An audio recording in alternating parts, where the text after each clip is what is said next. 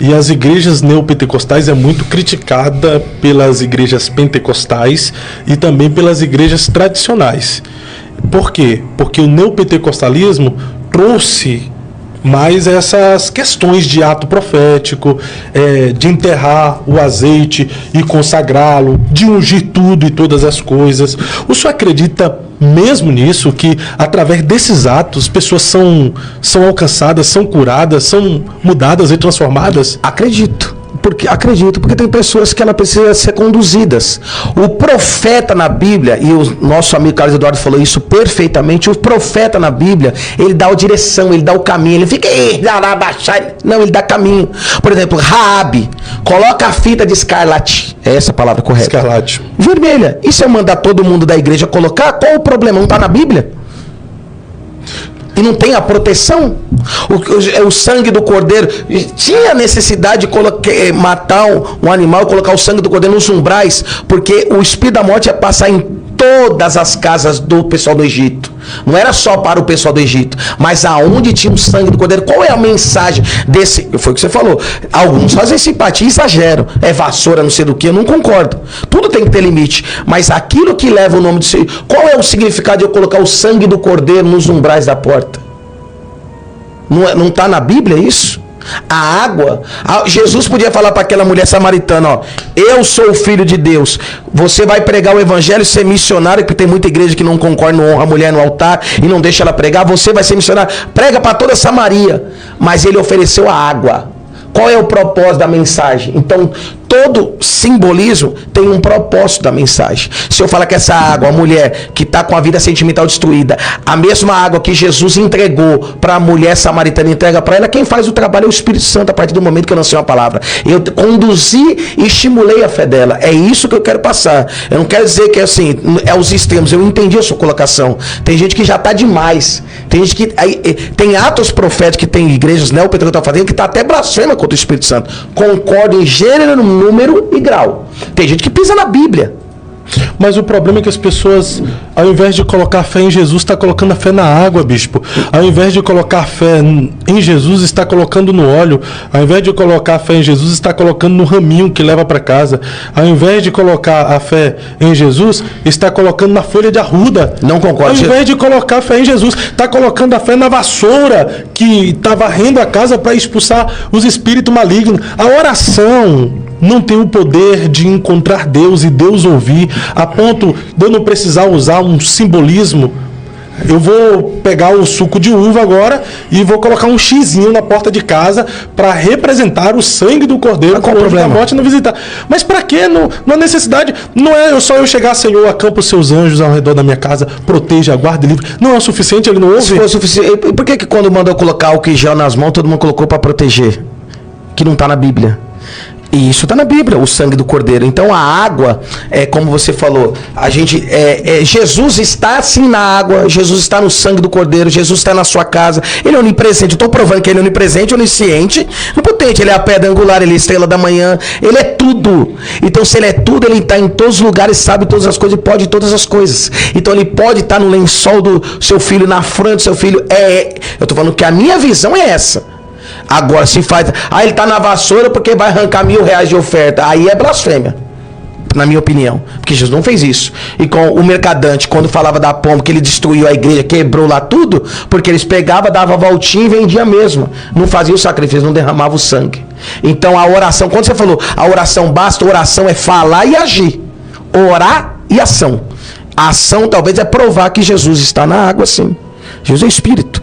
Jesus está em todos os lugares. E pode todas as coisas. Então, na percepção, na visão do Senhor, não é uma simpatia, não é um ritual gospel. É o quê? É fé?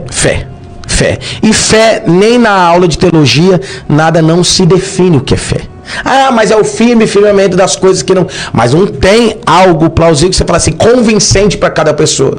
Engraçado, tem gente que, na católica, tem fé e Deus faz. Porque sem fé... é impossível agradar a Deus. Então muitos agora eu vou generalizar, dos nossos amiguinhos estão fazendo as pessoas perder a fé. E não é só com os escândalos gospel, é paralisando a fé dessas pessoas. Sem fé é impossível agradar a Deus. Então muitas das vezes quando a gente não estimula a fé das pessoas, nós estamos induzindo as pessoas a não agradar a Deus. Então, na visão do senhor, é necessário estimular a fé das pessoas com um copo de água ou com... Tem pessoas que precisam disso. Estimular a fé das pessoas com a fronha, levando para casa, a almofadinha. Aquela mulher do fluxo de sangue teve que tocar na hora. Jesus permitiu ela tocar na hora, senão ela não seria curada. Jesus podia parar tudo e abraçar ela. Ele só tocou. Paulo estimulou a fé das pessoas, sim, fazendo com que o seu... Os lenços e os aventais. Tem cultos que eu faço de avental, como o saudoso Davi Miranda. Isso é estimular a fé. Eu estou preparando o caminho para a pessoa, porque sem fé é impossível agradar a Deus. Então a pessoa, a pureza, né, a inocência e a pureza daquela pessoa, ela faz um milagre acontecer na vida dela. E claro, sempre Jesus sendo glorificado. E o senhor acredita que precisa disso mesmo? No meu ministério, na liturgia da minha igreja, eu acho necessidade. Mas isso aí não é diminuir o nome de Jesus, que não. Tem poder para tudo e todas as coisas? Acrescentar mais o nome de Jesus, que ele está em todos os lugares. Porque senão fica uma coisa sem compromisso. Eu vou fazer a oração do Pai Nosso, tá bom. Qual foi o ato profético mais louco que o senhor fez? O mais louco, que Deus pega as coisas loucas para confundir as sábias.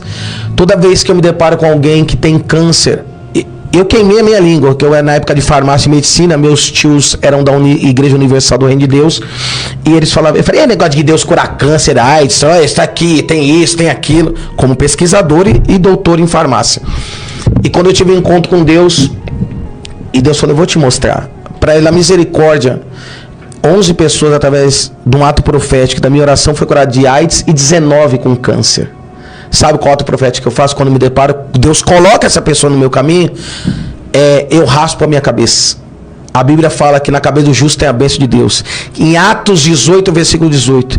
E Paulo raspou a cabeça e fez um voto, e era pela igreja.